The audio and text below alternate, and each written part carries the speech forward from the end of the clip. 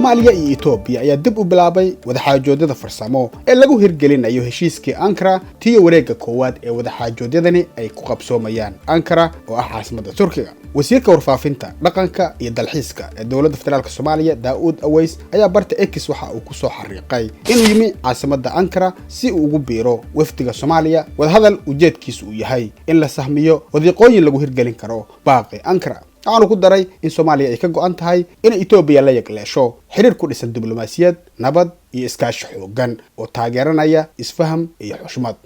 wadaxaajoodkan iminka Ankara ka bilowday ayaana daba socda mid kale oo si gaar ah u dhaxmaray Turkiga iyo Itoobiya kadib markii wasiir dibadeedka dalkaasi Gideon Timotheos uu kulan la qaatay wasiir xigeenka arrimaha dibadda Turkiga Burhanuddin Duran 6 Febraayo 2020. waxaana wasiir dibadeedka Itoobiya xusay inay Turkiga isdhaafsadeen aaraa ku saabsan dhinaca farsamo ee heshiiskan isagoo intaa raaciyay in Itoobiya ay ka go'an tahay in si buuxda heshiiska loo hirgeliyo. isla markaana waxa uu Turkiga uga mahad celiyay fududeynta heshiiskan geesoodka sida uu yiri. waxaana sidoo kale xusid mudan in kulankan uu Turkigu garwadeenka ka yahay ee lagu dhexdhexaadinayo labada dhinac ee Itoobiya lafteedu tahay cidda ka codsatay Turkiga markii uu ra'iisul wasaare Abiy Ahmed uu la kulmay madaxweynaha Turkiga ka hor heshiiskii Ankara. baaqi Ankara ayaa waxa 12 December ee sanadkii tagay wada saxiixay madaxweynaha Turkiga Recep Tayyip Erdogan, ra'iisul wasaaraha Itoobiya Abiy Ahmed iyo madaxweynaha Soomaaliya Xasan Sheekh Maxamuud.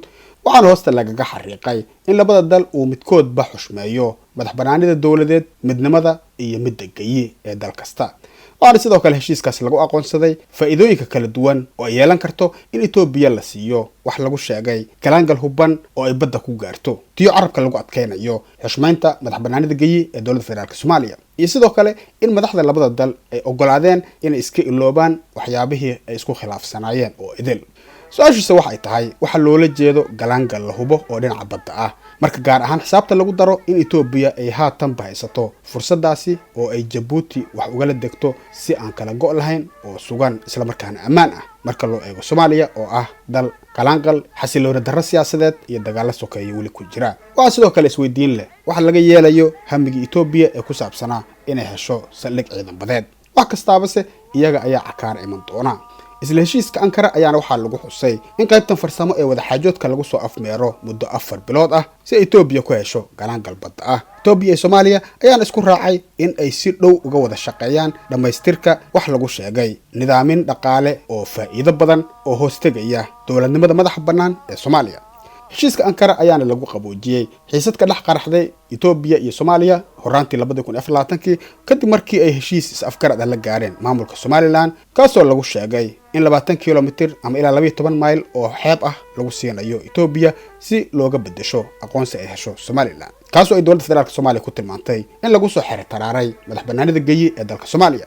sidoo kale kadib heshiiskii Ankara madaxweynaha Soomaaliya ee Xasan Sheekh Maxamuud ayaa 12 Janaayo 2025 oo bil uun kadib ah heshiiska waxa uu u safray dalka Itoobiya halkaas uu kula kulmay ra'iisul wasaaraha Itoobiya Abiy Ahmed oo ay isku raaceen in si buuxda loo soo celiyo xiriirka diblomaasiyadeed ee labada dal kaasoo aan marna si buuxda u go'in. walow la fahmi karo in Itoobiya aanay ilaa iminka tilaabadaas oo kale u soo qaadin dhanka Soomaaliya. tusaale ahaan dad badan ayaa isweydiinaya sababta Abiy Ahmed oo ah ninka wax doonaya aan u noqonin midka ay ahayd in uu soo safro dalka Soomaaliya si uu Muqdisho ugu la kulmo madaxweynaha Soomaaliya. Maxamed Xaaji, Hadal Sama TV.